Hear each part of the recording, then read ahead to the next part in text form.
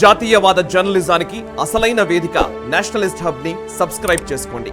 Notifications కోసం bell icon పై click చేయండి. నమస్తే. దేశంలో కుల నిర్మూలన అవసరమని అనేకులు కథనాలను ప్రచురించారు. కులం లేని సమాజం కావాలి, కులం అడ్డుగోడలను తొలగించాలనే నినాదాలు పిచ్చుగా కనిపించేవి. నిజానికి కులం అనేది సమాజంలో అడ్డుగోడగా నిలిచిందా? దీన్ని ఖచ్చితంగా నిర్మూలించాలనుకోవడం సమంజసమేనా? అసలు ఎందుకు వివాదం? సమస్య ఎక్కడుంది? దేన్ని సంస్కరించాలి చూద్దాం. ప్రపంచంలో మానవ సమాజం అనేక వర్గాలుగా విభజించబడింది.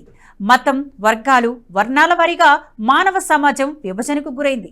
భారత్లో ఇందుకు భిన్నంగా కులం పుట్టుకొచ్చింది. కులం అనేది వ్యక్తుల పుట్టుకతో వచ్చిన ప్రమాణాల కారణంగా పుట్టుకురాలేదు. మానవ సమాజం ఆటవిక పరిణామం నుంచి నాగరికతకు తర్జుమా అవుతున్నప్పుడు సమాజంలో ఉత్పత్తి మొదలైంది. ఈ ఉత్పత్తిని సృష్టించే క్రమంలో సమాజంలో విభజన మొదలైంది. ఉత్పత్తి సృష్టించడానికి శ్రామిక వర్గం విభజించాల్సిన అవసరం ఏర్పడింది.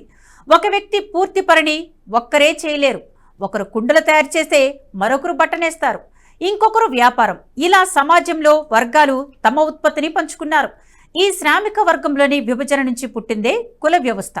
కుండలు తయారు చేసేవారు కుమ్మరిలాగా, బట్టలు నేసేవారు పద్మశాలిలాగా విభజించబడ్డారు.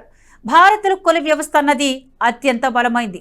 దేశ సమాజం అంతటా వేల ఏళ్లుగా అప్రతిహతంగా మనుగడ సాగించిందంటే దానికి కుల వ్యవస్థే వెన్నెముకగా నిలిచింది. శ్రామిక వర్గంలో ఏ విభజన లేకుండా ఈ వ్యవస్థ ముందుకు నడిపించింది. ఎటువంటి వ్యవస్థలోనైనా కొన్ని లోపాలు ఉంటాయి. సమాజం ముందుకు సాగుతున్న కొద్దీ కొన్ని లోపాలు పుట్టుకు వస్తాయి. వీటిని సరిచూసుకోవాల్సి ఉంటుంది. మరీ అవసరమైతే సంస్కరణలు సైతం చేపట్టాల్సి ఉంటుంది. భారత్లోని కుల వ్యవస్థలో కూడా కొన్ని లోపాలు బయటపడ్డాయి. ముఖ్యంగా శ్రమలో శారీరక శ్రమ, మానసిక శ్రమగా విభజనతో కొన్ని కులాల మధ్య సంఘర్షణ ఏర్పడింది. ఉత్పత్తి తయారు చేసేవారు శారీరక శ్రమపై ఆధారపడి పనిచేస్తారు. అదే సమయంలో వాటిని అమ్ముకునేవారు మానసిక శ్రమపై ఆధారపడి ఉంటారు. ఏ ఉత్పత్తిని ఎలా అమ్మాలి, ఎందుకు అమ్మాలి, డిస్కౌంట్లు ఎలా ఇవ్వాలి అనే వాటి ఆలోచన క్రమంలోనే కొన్ని కులాలు ఉంటాయి. అయితే సమాజంలో ఏర్పడిన విభజన కారణంగా తమ శారీరక కష్టాన్ని కొన్ని కులాల వాళ్లు అమ్ముకుంటున్నారనే సంఘర్షణ ఏర్పడింది. ముఖ్యంగా బ్రాహ్మణులు పూర్తిగా మానసిక శ్రమపై ఆధారపడి ఉంటారు. వారు ఇతరులకు దైవచింతన నేర్పడం ద్వారా సమాజంలో సంఘర్షణను తగ్గించడం, ప్రజలకు మానసిక ప్రశాంతత అందజేయడం లాంటివి చేస్తుంటారు. ఇంట్లో పూజ చేయడం ద్వారా ప్రశాంతత ఏర్పడుతుందని ప్రజలు పూజలు చేయించుకుంటారు. వీరు వేద మంత్రాలను పఠిస్తే తమకు శాంతి చేకూరుతుందని భావిస్తారు. దైవ చింతన ద్వారా తమ రోజువారీ జీవితంలో సాంత్వన చేకూరుతుందని ప్రజలు భావించినప్పుడే బ్రాహ్మణుల వద్దకు వస్తారు. అయితే దీన్ని కొంతమంది బ్రాహ్మణులు సమాజంలో ఏ పని చేయకుండా మీ శ్రమను దోచుకుంటున్నారని చెప్పడం ప్రారంభించారు. కోమటి వర్గం శారీరక శ్రమ చేసే వారి నుంచి ఉత్పత్తి అయిన వస్తువులను తమ వ్యాపార మెళకువలతో ప్రజలకు అమ్మేవారు. కానీ వీరంతా శారీరక శ్రమను దోచుకుంటున్నారనే వాదనలను తెరపైకి తీసుకువచ్చారు. మన తెలుగు రాష్ట్రాలను ఈ జాడ్యం ఉంది. కోమటోళ్లు సామాజిక స్మగ్లర్లు అనే పుస్తకంతో ఆ వర్గాన్ని కించపరిచిన ప్రొఫెసర్లు కూడా మన రాష్ట్రంలో ఉన్నారు. నిజానికి కోమటి వర్గం సమాజాన్ని దోచుకుందా? ప్రస్తుతం దేశంలో ఉన్న బ్యాంకింగ్ వ్యవస్థను కోమటి వారు పటిష్టంగా నిర్వహించారు. గ్రామీణ ఆర్థిక వ్యవస్థలో వ్యవసాయానికి కావలసిన డబ్బును ఈ వర్గమే సమకూర్చేది. వ్యవసాయానికి అవసరం వచ్చినప్పుడు డబ్బులు అందజేసి దానిపై వడ్డీని వసూలు చేసేవారు. అంతేకాదు, పంట వచ్చే వరకు ఈ కుటుంబాలకు డబ్బులు లేకుండా కిరాణా సరుకులు అందజేసి పంట వచ్చిన తర్వాత వాటిని వసూలు చేసుకునేవారు. సమాజం ఏర్పరచుకున్న ప్రతి కులము అత్యంత ప్రాధాన్యత కలిగింది. దళిత వర్గాలు పారిశుద్ధ పనులు, మేజోళ్ల తయారీలో ఎక్కువగా పాలు పంచుకునేవి. ఇది సమాజానికి ఎంతో అవసరం. గ్రామీణ వ్యవస్థలో పారిశుద్ధ పనుల్లో ఎక్కువగా పశువుల మరణాలు ఉండేవి.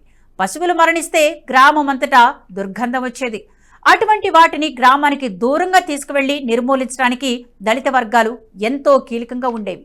వీటితో పాటు మరణించిన పశువుల చర్మంతో మేజోళ్ల తయారీ కూడా చేసేవారు. కాలికి చెప్పులు లేకుండా ఎవరు కూడా బయటికి వెళ్లరు. అటువంటి వాటిని తయారు చేయడంలో దళితులు కీలకంగా ఉండేవారు. దేవుడిని కొలిచే విషయంలోనూ దళితుల పాత్ర కీలకమే. బ్రాహ్మణుడు వేద మంత్రాలతో దైవాన్ని ప్రసన్నం చేసుకుంటే దళితులు తమ డప్పు చప్పులతో దైవాన్ని ప్రసన్నం చేసుకునేవారు. ఊరిలో ఏ కార్యం వచ్చినా డప్పు చప్పుళ్లు లేనిదే పూర్తి కాదు. ప్రాచీన భారతమంతటా గ్రామీణ ఆర్థిక వ్యవస్థపైనే ఆధారపడి ఉంది. ఈ వ్యవస్థలో ఒక్కో పనిని చక్కబెట్టడానికి ఒక్కో వర్గం పుట్టుకు వచ్చింది. కాలక్రమేణా ఈ వర్గాలు చేసే పనిని బట్టి కొన్ని కులాలకు అమితమైన గౌరవం దక్కితే మరికొన్ని కులాలకు అంతటి గౌరవం దక్కలేదు. దీనికి తోడు సమాజంలో వారి పనిని బట్టి కొంతమందిని కించపరచడం, తక్కువ చేసి చూడడం జరిగింది. దీనివల్లే సమాజంలో అసమానతలు ఏర్పడ్డాయి. వీటిని సంస్కరించడానికి సమాజంలో అనేక మంది సంస్కరణవాదులు పుట్టుకువచ్చారు. ఆది శంకరుల వంటి వారు కూడా సమాజంలో సంస్కరణలు తీసుకురావడానికి ప్రయత్నాలు చేశారు. వీరి పోరాటమంతా సమాజంలో కుల నిర్మూలన చేయడం కాదు, కులాల మధ్య ఏర్పడిన తారతమ్యాలను, వైషమ్యాలను తొలగించడమే వీరి ప్రధాన కర్తవ్యం. కానీ స్వాతంత్ర్యం వచ్చిన తర్వాత రాజకీయ పార్టీలు, రాజకీయ నాయకులు సమాజంలో కుల నిర్మూలన జరగాలనే వితండవాదాన్ని తెరపైకి తీసుకువస్తున్నారు. కులం అడ్డుగోడలను తొలగిద్దామని కొందరు, కులం లేని సమాజాన్ని నిర్మిద్దామని మరికొందరు వాదిస్తున్నారు. కానీ ఇది అసంబద్ధ, అనాలోచిత ప్రక్రియ. నిజానికి ఈ వాదన బ్రిటిష్ పరిపాలన నుంచి పుట్టింది. భారత సమాజంలో కులం అనేదే విస్మరించలేని అంశం.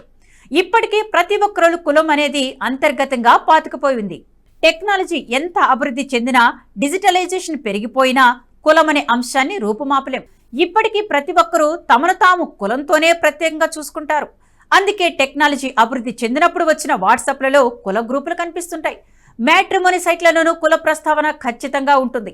సమాజంలో లోతుగా పాతుకుపోయిన ఈ కుల వ్యవస్థను నిర్మూలిస్తామనుకోవడం అనాలోచిత నిర్ణయమే అవుతుంది. నిజానికి ఈ వాదనలో సమాజ శ్రేయస్సు కంటే రాజకీయ ప్రయోజనాలే ఎక్కువగా కనిపిస్తున్నాయి. భారత సంస్కృతిలో కులం అనేది ప్రధానాంశంగా ఉంది.